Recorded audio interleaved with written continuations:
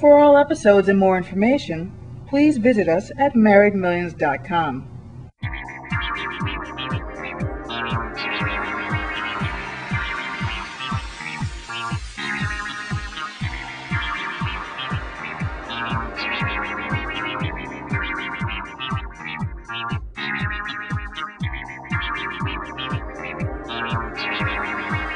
Please introduce yourself. Hi, I'm Eva Kozmetika. Oh, well, you can tell us more than that. What? Okay, I'm Scott Kirschbaumer, and we own ESSpa Kozmetika Organic Skincare, located in Pittsburgh, Pennsylvania, which was recently voted the third best day spa in America. Oh, that's fantastic. We like to think so. What all do you do at your day spa? Or what does your services and such? Facials, massages, body treatments, nail care, pretty much everything. We do everything except for hair. We'll remove it, but we don't style it. So we're a true European spa. Okay. Well, I'd like to know, how did you meet each other? And Scott, if you could please answer first. Well, in 1997. Yeah, 1997. I had recently moved back to Pittsburgh from Texas.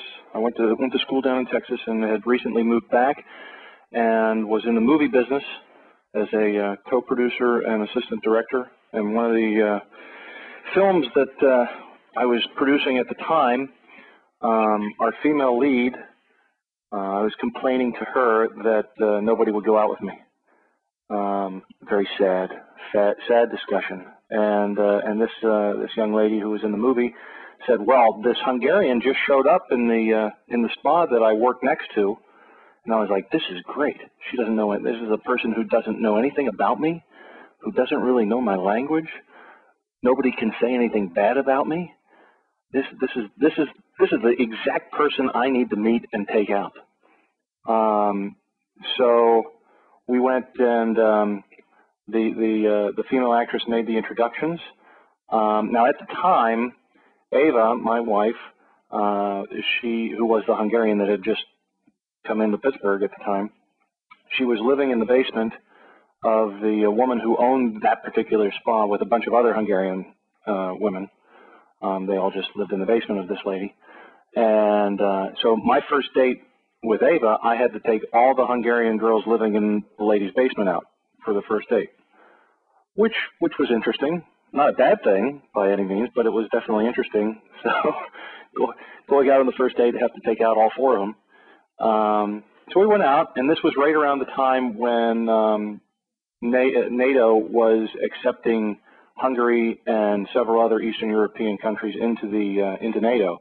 So of course, as would anybody, the initial topic of conversation for a first date with people that don't speak English is for me to talk about politics and NATO and World War II, because that's just what it should be about, right? So it goes through the line, and three of the girls they haven't said a word all night, and they're just staring at me, and one of the girls is just firing back and calling me an idiot and just firing away. And that was, of course, Eva. So the end of the night comes, and I take them all back to to their boss's house so they can go back into the basement and go to sleep. And to each one, and I'm like, "Nice to meet you, nice to meet you, nice to meet you, and nice to meet you, Eva. And by the way, would you like to go do something again?"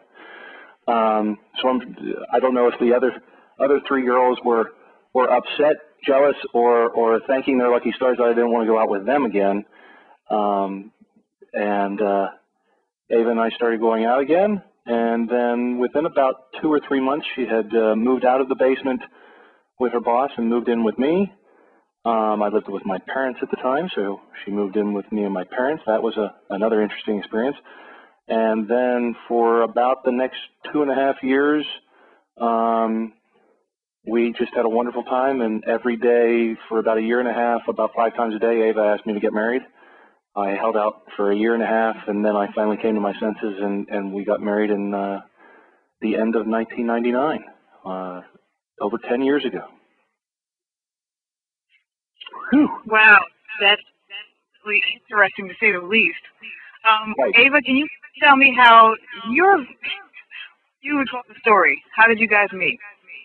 I just met a girl who I was working next to, and she said, I think I know a perfect person who you should go out with, and he showed up and took us out to dinner. That was pretty much it. And then, It's a lot more simple. wow. Well, I'm glad that you both got together. So, when did you decide to do work together? Well, I wasn't really happy at the place I worked, so he would always say that he would like to open up his own business, and I should have my own business. And he's very energetic, and just basically one day said, well, I think I'm opening my spa. Would you like to work for me?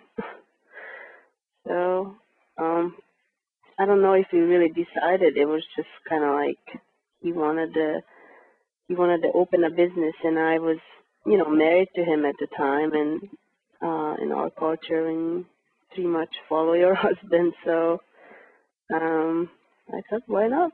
Let's give it a try. Well, she had Ava had been she works on godly hours, and she still to this day works on godly hours. It's a bad week if Ava's putting in less than 90 hours a week.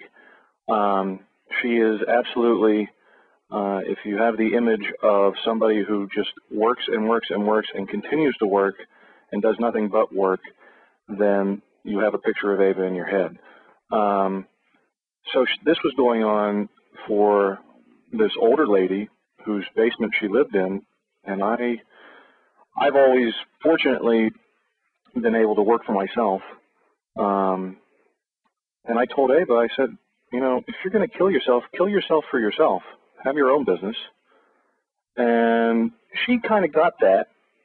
It's very difficult for somebody who has that working mentality to separate themselves enough to go and do it. So she's very smart and very intelligent and wants to go do things like that, but she's so busy working that there's not a lot of time in her day to go and do all of the other pieces of the puzzle to make that happen. So she'll sit there and say that I pushed her into doing it, but I wouldn't be able to push her if she didn't want to do it. And if you look at her now compared to what she is, and on the good days when she's doing things, I'm 100% sure that she would not go back to working for somebody else, even though there are times when she says that she would like to, just because of her nature and what she has been able to accomplish and the things that she's been able to do for people and what the response has been. It's a lot of work, and I'm a little bit pushy, and I'll just go. I mean, we started to build our spa in August of 2001, and so we were basically, digging plumbing trenches and putting up walls when terrorists flew planes into buildings, and Ava called, and she was like, "What are we going to do? We're at war, and everything's going to end." And I'm like, "We don't have time to worry about this. We're building walls. We're opening." So, it went from there, and you look at the recession and whatnot that is going on these days. Well, that's nothing compared to people flying planes into buildings. So we'll take care of that too.